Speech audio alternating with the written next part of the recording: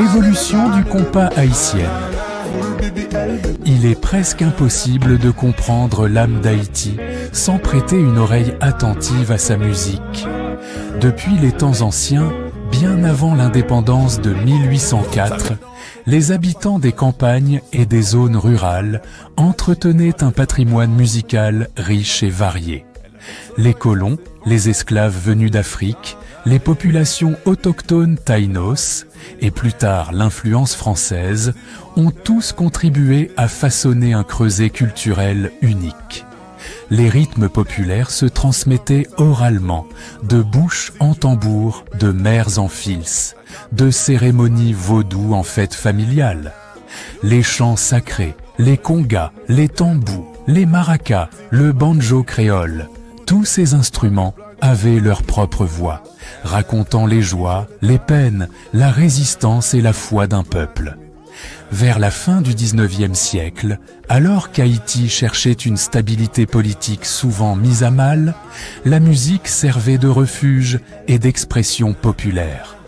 Les musiciens des campagnes jouaient les méringues traditionnelles, tandis que dans les milieux urbains plus aisés, l'on s'appropriait des musiques européennes et caribéennes.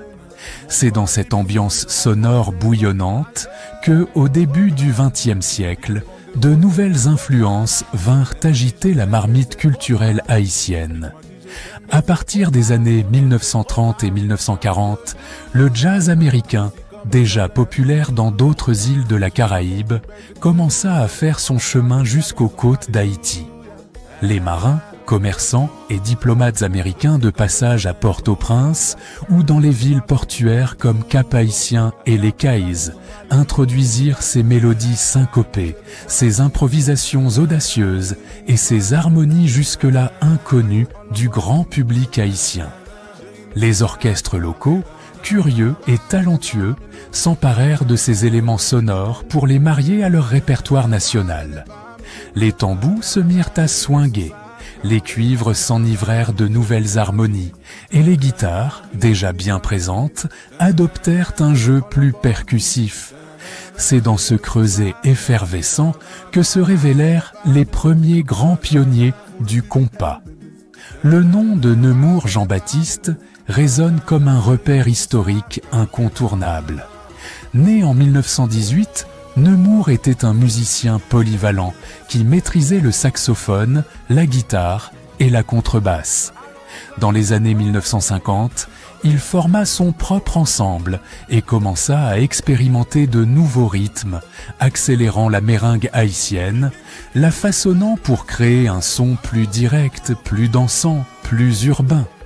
Les troubadours, un autre groupe clé de cette période, offrirent leurs propres variations, enrichissant les lignes mélodiques, multipliant les dialogues entre les instruments. Peu à peu, ces musiciens audacieux donnèrent naissance à ce qui sera bientôt appelé compas, parfois orthographié compas, puis devenu compas direct, un genre musical profondément haïtien, fièrement caribéen, mais ouvert sur le monde. L'âge d'or du compas.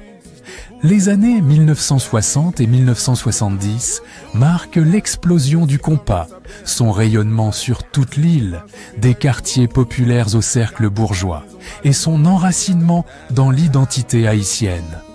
C'est l'époque où des orchestres mythiques voient le jour, chacun contribuant à solidifier le genre. Parmi eux, l'orchestre Tropicana d'Haïti, formé en 1963 à Cap-Haïtien, s'impose rapidement comme l'une des formations emblématiques. Tropicana se distingue par la richesse de ses arrangements, l'ingéniosité de ses compositeurs et l'énergie débordante de ses musiciens.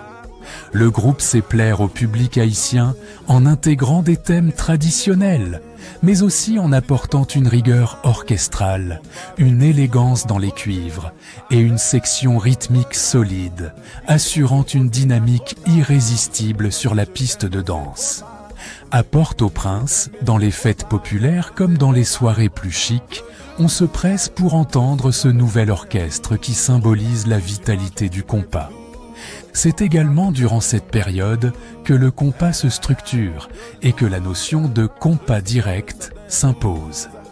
Nemours Jean-Baptiste et d'autres grands maîtres du genre, comme Weber-Sicot, s'investissent dans la codification du style. Le compas direct se caractérise par un tempo modéré, un accent sur la basse et la guitare rythmique, et une utilisation poussée des cuivres, créant un va-et-vient constant entre mélodie et rythme. Les chanteurs interprètent leurs textes en créole haïtien, parfois en français, mêlant poésie populaire, humour, récits quotidiens et messages d'unité nationale. Au fur et à mesure que la réputation de cette musique s'affermit, le compas franchit les frontières. D'abord adopté dans les autres îles antillaises, à la Jamaïque, à la Martinique, en Guadeloupe, mais aussi en République dominicaine, il séduit par ses grooves chaloupés et son exotisme sonore. Les musiciens haïtiens, grâce à la diaspora installée en Amérique du Nord, gagnent bientôt le public de Miami, de New York et de Montréal. De là, le compas voyage encore, atteignant des scènes européennes. Des maisons de disques proposent des vinyles de groupes comme Tabou Combo, fondé en 1968, qui rencontrera un succès fulgurant à l'international. Les salles de concert afro-caribéennes de Paris, Londres, Bruxelles découvrent alors une musique fière, élégante et accessible, capable de faire danser toutes les communautés. L'évolution et la diversification du compas. Avec l'arrivée des années 1980 et 1990, la scène musicale évolue rapidement. L'électronique fait irruption dans le monde entier. Et Haïti n'est pas en reste. Les orchestres traditionnels, bien que toujours populaires, doivent composer avec de nouveaux instruments, claviers synthétiseurs, boîtes à rythme, guitares électriques plus tranchantes et effets sonores inédits. Les enregistrements deviennent plus sophistiqués.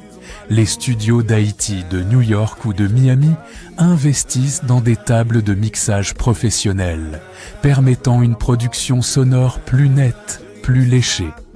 Ce tournant technique s'accompagne d'une diversification stylistique. Le compas ne se contente plus de son rôle initial. Il se fractionne, s'expérimente, s'étend. De nouveaux sous-genres apparaissent. Le compas love met l'accent sur des ballades plus douces, plus mélodieuses, chantées avec émotion, souvent dédiées à l'amour, au désir, aux affres de la passion. Ce style plus lent permet aux couples de se rapprocher sur la piste de danse, créant une atmosphère intime dans les clubs et les bals. Le compas musique, quant à lui, explore des fusions plus larges, incorporant des éléments de funk, de rock, de soul, voire de musique latine. Les guitaristes s'autorisent des riffs plus audacieux. Les percussionnistes introduisent des patterns inspirés de la salsa, tandis que les chanteurs peuvent esquisser des vocalises rappelant le R&B américain. Les années 1990 et 2000 voient aussi l'influence grandissante du hip-hop et du reggae, style dominant dans les milieux urbains et dans la diaspora haïtienne, notamment à New York et en Floride.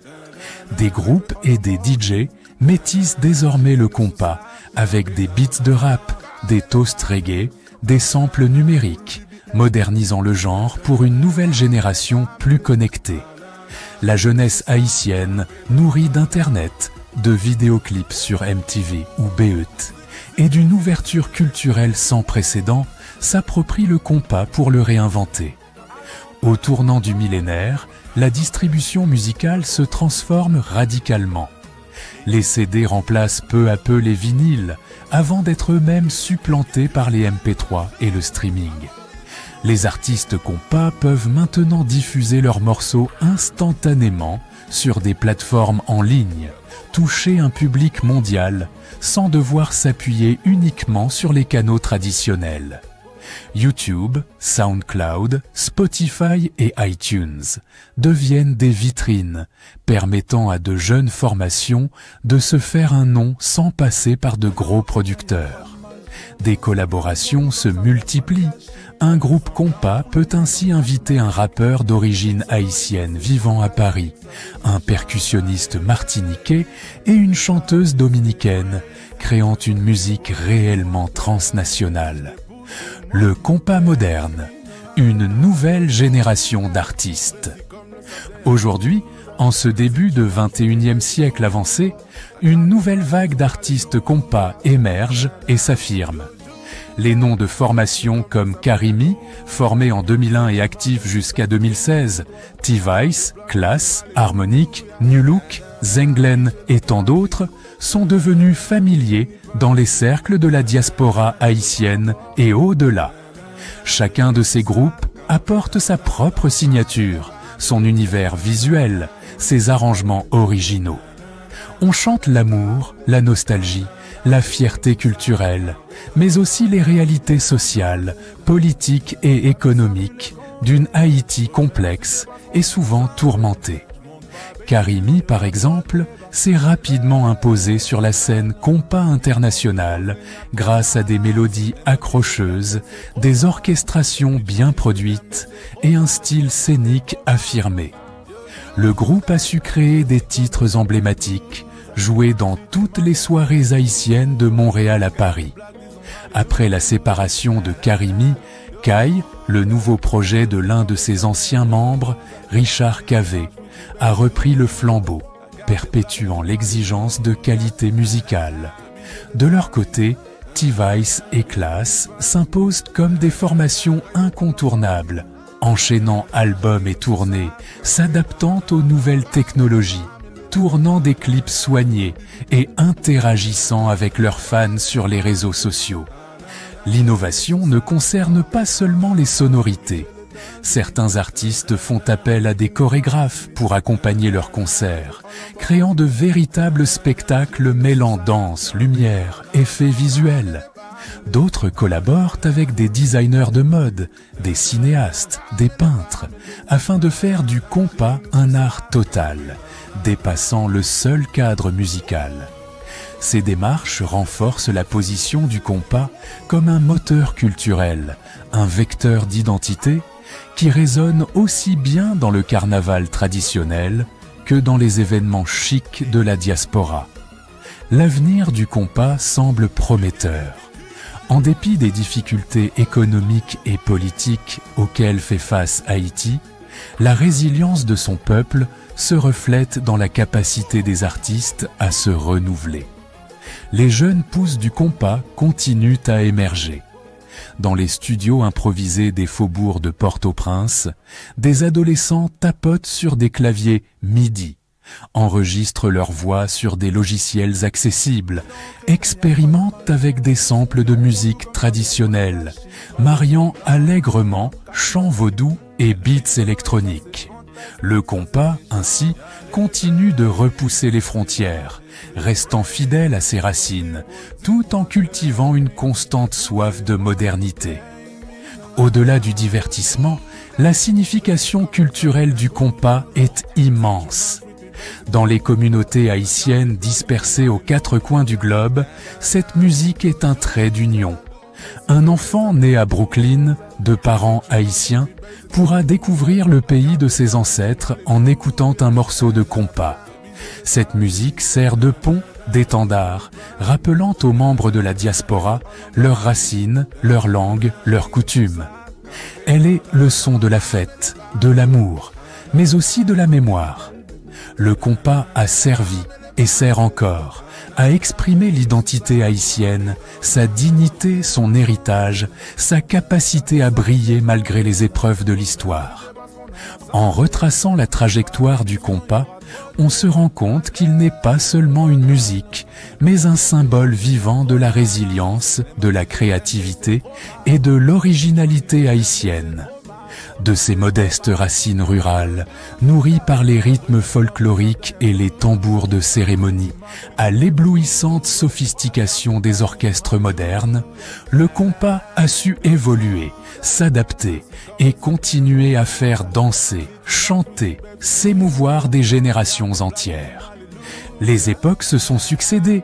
L'influence du jazz américain, l'affirmation du compas direct, la gloire des années 1960-1970, l'explosion stylistique des décennies suivantes, l'irruption du numérique et la mondialisation.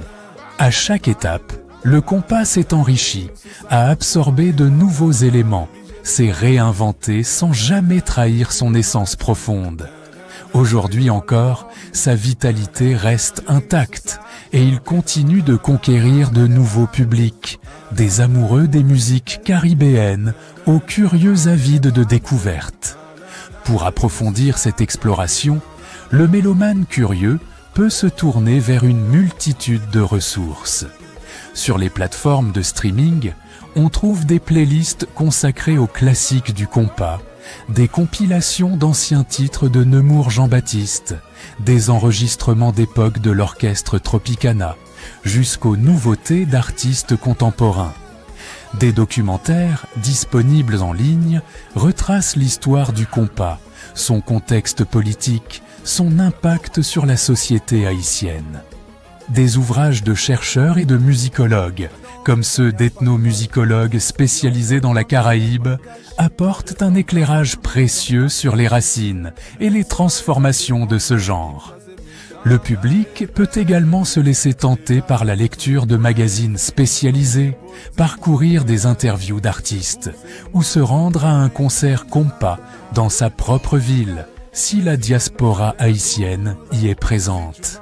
Rien ne remplace l'expérience d'une performance live où le public, souvent mixte, se laisse happer par le rythme, partageant un moment de communion et de joie pure. L'avenir du compas est, sans doute, encore plein de surprises. Les technologies musicales évolueront, le monde continuera à se transformer et le compas fera face à de nouveaux défis. Mais une chose demeure certaine, tant qu'il existera des Haïtiens fiers de leur héritage, des musiciens passionnés, des danseurs enthousiastes, des producteurs audacieux, le compas continuera de scintiller. Il restera une force unificatrice, un repère identitaire, un art populaire profondément enraciné dans l'âme d'Haïti. En fin de compte, le compas est bien plus qu'un simple genre musical. Il est une manière d'être, de penser et de s'exprimer. C'est la langue sonore d'un peuple, un chant d'amour pour une nation, une façon de célébrer la vie malgré les défis. Et à chaque nouvelle génération de musiciens, d'amoureux de la danse, de passionnés d'histoire, le compas se réinvente, garantissant que son écho ne cessera de résonner, aussi longtemps que les cœurs battront au rythme d'Haïti.